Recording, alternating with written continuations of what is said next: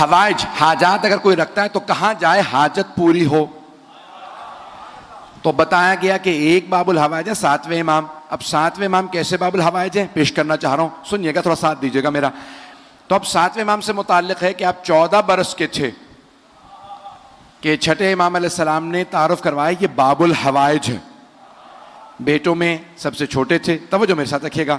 تو چوتھے بیٹے ہیں, اور بالکل جب گہوارے میں تھے تو ایک امام کے شاگرد ہیں, کہتے ہیں کہ میں امام کے گھر ملنے گیا تو دیکھا چھٹے امام گہوارے میں کسی بچے سے فصیح و بلیغ عربی زبان میں کلام کر رہے ہیں. تو میں کہیں ہنسنے لگا, مولا آپ بچے سے باتیں کر رہے ہیں؟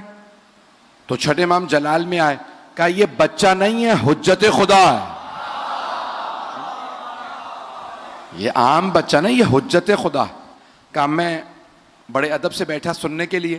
تو چھٹے امام کچھ دیر باتیں کرتے رہے. کا تعجب میرا یہ ہوا کہ وہ جو گہوارے میں تھے وہ بھی بڑی فصیح و بلیغ عربی زبان میں جواب دینے لگے. توجہ ہو, ایک اور جملہ یہاں پیش کر دوں, یہ ہمارے 12 اماموں نے دنیا میں آتے ہی کلام کیوں کیا؟ توجہ, پہلے امام نے بھی, دوسرے تیسرے 12ویں امام تک سب کے لیے ثابت ہے دنیا میں آتے کلام کیا. مولا امیر نے رسول خدا سے, امام حسن حسین نے مولا علی سے, امام سجاد نے مولا حسین سے, امام باقر نے چوتھے امام سے, ہر امام نے 12ویں امام نے 11ویں امام سے, تو ہر امام نے کلام کیا گہوارے میں. تو میں بہت سوچا کرتا تھا یہ کلام کیوں کیا, تو میری نگاہوں میں سورہ مریم آیا. وہاں جناب مریم کو جب اللہ نے کہا نا بچہ لے کے جائیے, تو کہا پروردگارا کیسے جواب دوں گی, بچہ کہاں سے آیا؟ کہا آپ خاموش رہیے گا, بچہ بولے گا. جو تو جناب مریم فاشارت الیہا, گہوارہ جب لے کے گئیں تو آپ نے اشارہ کیا بچے کی طرف.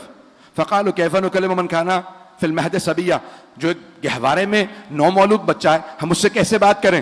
اب سب کے سب اعتراض کر رہے ہیں, یا اخت ہارون, اے ہارون کی بہن, آپ کے ماں باپ بڑے پاک دامن تھے, عمران بھی اچھے تھے, آپ کی والدہ الزبتھ بھی اچھی تھی, آپ بچہ کہاں سے لے آئیں؟ آپ نے اشارہ کیا, میں نہیں بول سکتی, آج بچہ بولے گا. توجہ, تو کئی مرتبہ معصوم بچے عصمت کے گواہ بنتے ہیں. ایک مرتبہ جناب عیسیٰ بولنے لگے. اب میں سوچا کرتا تھا کہ یہ 12 اماموں نے کیوں بولا.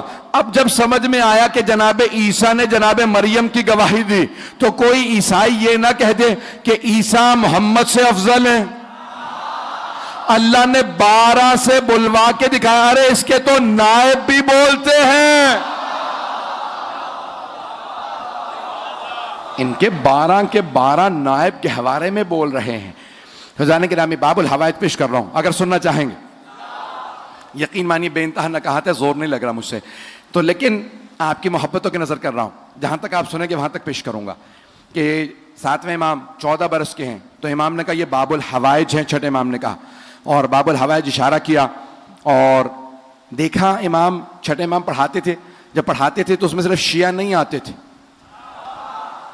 اہل سنت کے بھی بڑے بڑے علماء پڑھنے کے لیے آتے تھے. امام ابو حنیفہ شیعہ نہیں تھے, پڑھنے آتے تھے, امام پڑھاتے تھے. کبھی نہیں کہتے تھے جب تم امام نہیں مانتے تو پڑھنے کیوں آتے ہو. توجہ, امام مالک بھی پڑھنے آتے تھے, امام ابو حنیفہ بھی پڑھنے آتے تھے, امام پڑھاتے تھے. ارے یہ تو چلے پھر مسلمان تھے, یہودی عیسائی آتے تھے, یونان کے بڑے بڑے فلسفی آتے تھے پڑھنے کے لیے. چھٹے امام کبھی نہیں کہتے تھے کہ ارے جب مانتے نہیں تو پڑھنے کیوں آئے. امام کہتے تھے اصول یہ ہے کہ پڑھاؤ, جو عظمت سمجھ کے مان لے اسے آنے دو, جو نہ مانے اسے جانے دو. وہ اور ہوں گے جو تلوار سے منواتے ہوں گے,